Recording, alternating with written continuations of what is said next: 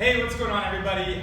Here I'm going to go over the 3 workouts for the first week of the Get Fit Don't Quit program. So I'm going to jump right into it, starting out with our warm-up. So on this one, you're going to do all 4 exercises, 3 rounds, okay? No breaks, just trying to get the blood flowing, get the heart rate up, and wake up the right muscles that we want to use for the rest of the workout. So first thing, our dead bugs. So knees on top of the hips, low back in the ground, head rested back on the ground, and then from here, we're just gonna kick out opposite arm and leg, trying to wake our abs up, not letting our ribs flare up or our low back come off the ground, and then we're just gonna alternate back and forth, just like that, okay?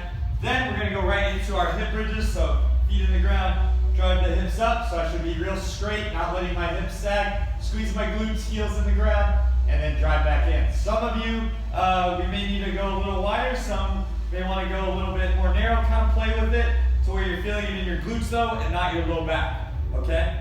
Then from there, we're gonna go into our inchworms. So on this one, tip over the hips, walking out into that high plank, not letting our hips sag, stay real stiff like a board, and then we'll just walk back like that, okay? Then our last one, our mountain climbers. So here, in our high plank, knee drive, then switch. Knee drive, switch, and then we just go quick, just like that. So once you're done with those mountain climbers, boom, you're right back into those dead bugs for another 2 more rounds of all of that. Then we'll get ready for our circuit. So we're gonna pop up. Seal jacks are just like jumping jacks, except our hands are low. So we're gonna go out and in, working just like that, okay? Then we have bodyweight squat with a pulse. So on this one, we're gonna squat down, bounce, and then shoot back up. So we're pulsing at the bottom, giving a little more time under tension on those legs. Then we have push-ups. So if you can't do a regular push-up, so like so, and you want to try going down to your knees, just make sure we're tilting the hips in, keeping the abs tight, and then walk your hands out a little bit in front of you. So that way we keep a nice straight angle with our back, and we're not letting the hips drop down to the ground. Or if you have a countertop or a chair, or even like a bathtub, you can use that and raise up and down like that on something that's higher up off the ground to make it a little bit easier. Then after push-ups, we have our hollow boat. So this one, kind of like the dead bug, except our knees are out in front of our hips, crunched up with our shoulders, and then I want you to reach back behind your head, okay? And you're just gonna put 30 to 40 seconds on the clock. If you're doing it right, you're gonna feel it right away in those abs. Make sure that, again, that low back is in the ground there.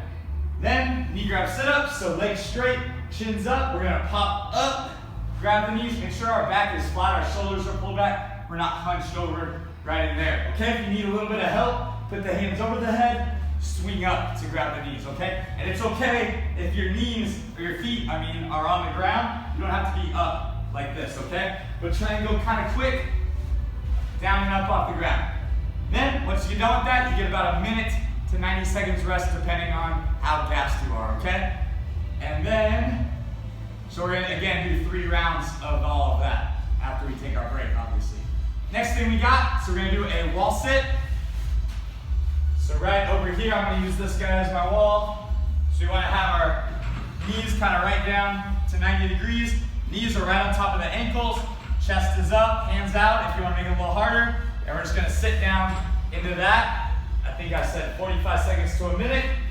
Yes, try and do it the whole time though, at least 45 seconds. Push for that minute.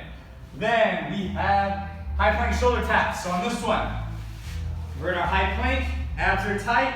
You're going to tap that shoulder, 1,000, back down, 1,000, and you're going to go back and forth right after you have done that wall sit, okay? Try and keep the hips really, really still and not teeter-tottering back and forth there. Then we're gonna go tricep dips, okay? So I put a chair, couch, countertop. You can even, like I said, use like your bathtub, but you're gonna be sitting away from it. Elbows are gonna be bent and then straighten. If we need to make it easier, we walk our feet in and we can crank them out just like that. Okay, so same thing, what do we got? Yeah, so just one round to the finisher. If you're feeling really froggy and you feel like you didn't really get a whole lot out of that, run through it again there, okay?